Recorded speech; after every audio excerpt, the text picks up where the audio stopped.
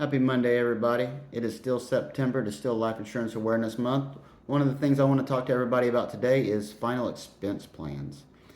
We all pass away, and, what if you had a plan in place that had a concierge service to where when your loved one passed away, all you had to do was pick up the phone, make one phone call, and then they handled everything else? From purchasing and negotiating the burial plot, negotiating everything with the funeral home. Most people don't think about what happens if your significant other passes away while you're on a cruise and you're in a different country. How do you get their body back to the U.S.? Your final expense funeral concierge will handle that for you.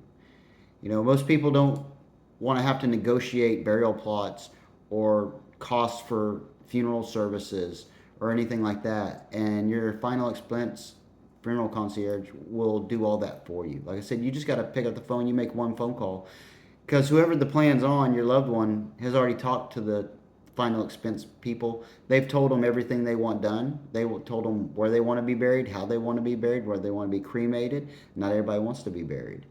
Whether they want to be embalmed or not, like all these different things that most people don't think about when this happens, because they're going to be distraught and mourning. You're not in the right frame of mind to start negotiating prices at funeral homes. And a final expense plan with a funeral concierge can step in and do all of that for you. And they also have vaults where you can upload all of your information, all your personal documents. You can build trust. You can build wills. The cost of those are included in the cost of your plan, right? All you have to do is get it notarized and then re-upload it. You can upload your pictures, videos, whatever. If you plan on having grandkids and you're not going to make it to when those grandkids are here, you could record yourself reading books to your grandchildren.